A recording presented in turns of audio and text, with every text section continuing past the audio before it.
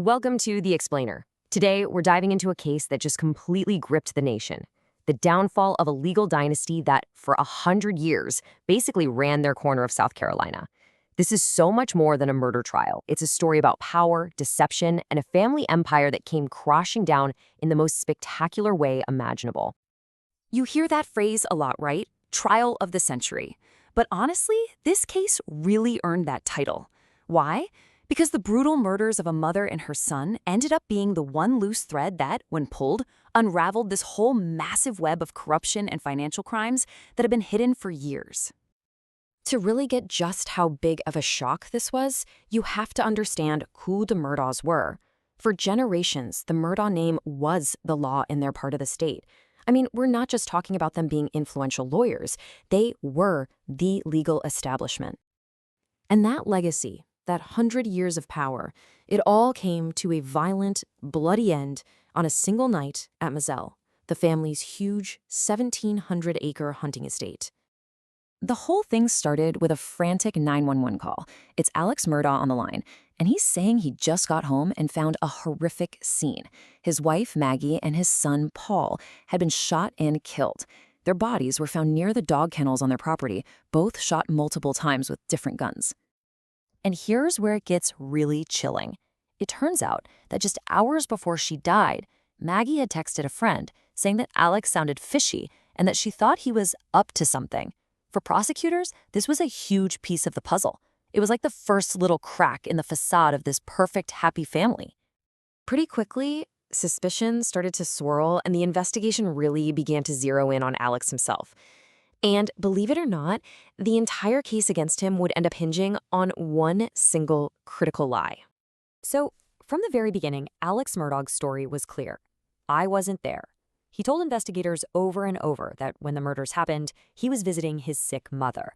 And, on its face, that sounds like a pretty airtight alibi. But this is where his entire story just completely fell apart. Investigators found a video on his son Paul's cell phone. It was taken just minutes before they think the murders happened.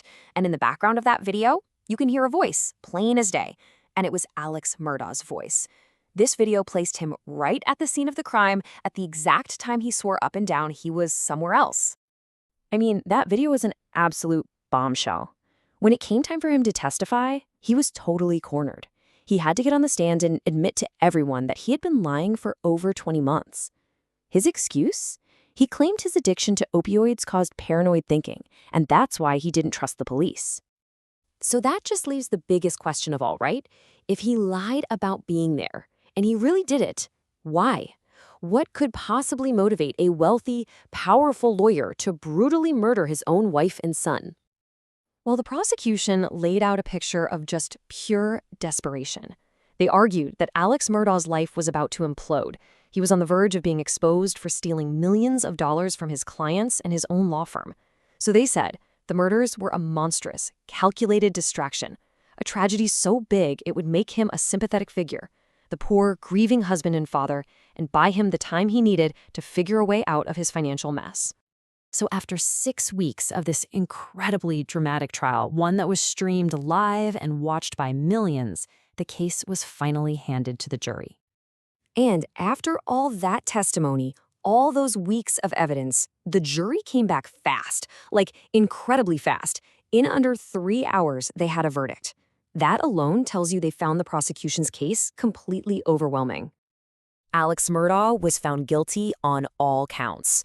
2 counts of murder for his wife and son, and 2 counts for using a weapon to do it.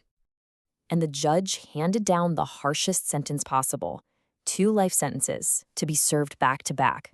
That means Alex Murdaugh will die in prison. For a man who came from so much power and privilege, it was the ultimate, absolute fall. But just when you thought the story was finally over, it took another bizarre, unexpected turn that threatened to undo the entire verdict. Okay, so get this. Just when everything seems settled, Murdaugh's lawyers drop a new bombshell.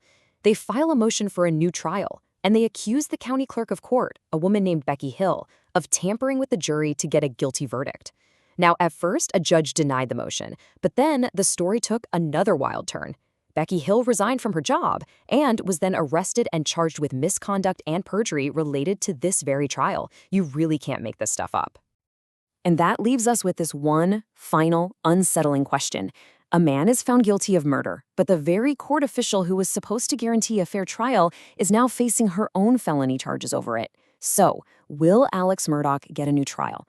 And what does it say about justice when the system itself is the one on trial? It is a stunning twist that pretty much guarantees this saga is far from over.